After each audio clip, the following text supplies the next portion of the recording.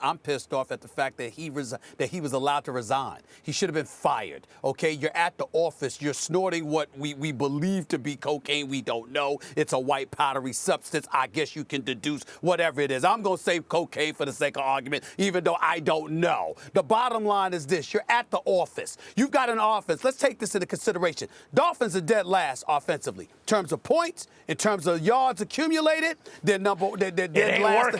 They're dead last with the pass. They're second to last against the run. They have got me here on national TV having to come to the defense of Jay Cutler. I mean, this is unbelievable. It's unbelievable. I actually have to sit here today and say, I got to let Jay Cutler off the hook of all people, because clearly somebody was not doing their job. When you've got worse than yards, worse than points, worse on the pass, second to last against the run. Oh, by the way, Jay Ajayi suddenly doesn't know how to rush the football? Nonsense. So this man sat up there and compromised himself. He compromised the organization. He compromised the players. He compromised the team. And he gets an opportunity to resign. If this were a player, white, black, Native American, Hispanic, Jewish, Gentile, or whatever, they would have gotten raked to the coals. But we're going to sit up here and play a quote with him talking about, oh, you know what, my family and me, and with the help of medical professionals. Hell with all of that. You were sniffing something on the job, and you've been costing your team all year long, clearly. And we're going to sit up there and talk, and we're going to bring up caffeine, and we're going to bring up all this. If a player was doing it? Nah, we ain't doing that today. Not today. Excuse me? White, black, what? Native American, or What? other, as you said, Stephen A. If a player was doing it, I would have the exact same response. I would say I'm glad they're going to get help. I'm not questioning that about you. I'm not saying that you wouldn't have had the same response. I'm simply saying, don't let this man. We're not going to let this man off the hook today with what he elected to do. And if he's got a problem, that's fine. He certainly wasn't willing to let anybody know it. And you're going to video yourself and what have you. Who the hell knows what was going on through his mind? I don't understand But I will tell you this. I will tell you this. If this were a player, I don't care what ethnicity he is, if it were a player, we'd be all over him. We need to be all over this man, not Stephen Ross, who's a good man as the owner, not Coach Gase, not the players, not the organization. This man right here was on the job doing this and clearly was willing to cost the franchise what he cost them. And he deserves no compassion today. He deserves no compassion today. None. I don't know about today or tomorrow, but I don't understand the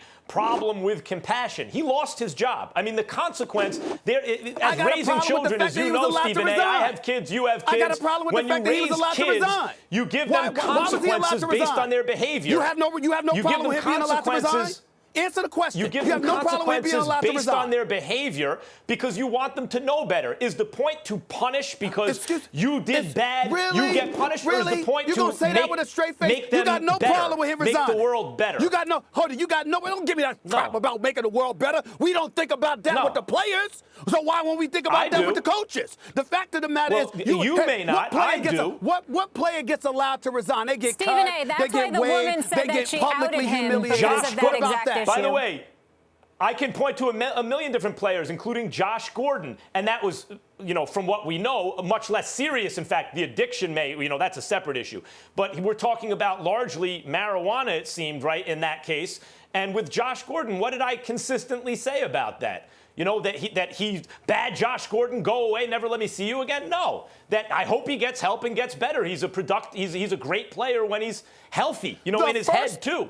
The first thing we discussed with Josh Gordon was the idiocy of his actions and how ultimately it cost the Cleveland Browns and himself, because I ain't never seen a joint that was worth millions, which is what he cost himself. Now later on, we continued to talk about the story, and we all of us did. And we sit there and we sat up there and we expressed, compassion for him. But the bottom line is the first order of business was to highlight how egregious the actions were and what it cost him and the people around him. That's what your first order of business was. Really? That wasn't my yours. first order of business. Yeah, you didn't take that position at all. And in fact, here's an object lesson, kids. You know who's addicted to the stuff that you saw this coach snorting? Everyone. You're born that way. The question is who actually tries it. Really? So the object lesson here is don't do it, as Melly Mel said back in the day. Don't do it. It does not lead to good things. So you can't get addicted to something you never tried. But we've got no problem sitting up there and looking at 20-year-old dudes in their 20s who are not leaders of men. They're athletes. Oh, you know, we're going to hold them accountable. But with the coach, we're going to sit up there and say, you can resign, not be fired. I treat it the exact, not be fired. I treat it the exact same way. In fact, to your point, you're right. It is a little worse than a player doing it because this is ostensibly a more mature adult who is responsible for others. So, yes, it's even more serious, which is why he's not on probation. He's not on probation like a player would be. He's lost his job. That's the consequence. But what is the other consequence? He has, at least verbally or in a written statement, taken responsibility, and it can serve as an object lesson for others. Kids, don't do it. Don't even try it. It does not lead to good things. And Stephen A., to your point of the double standard, the woman who outed him said she did it for that exact reason, actually for social injustice.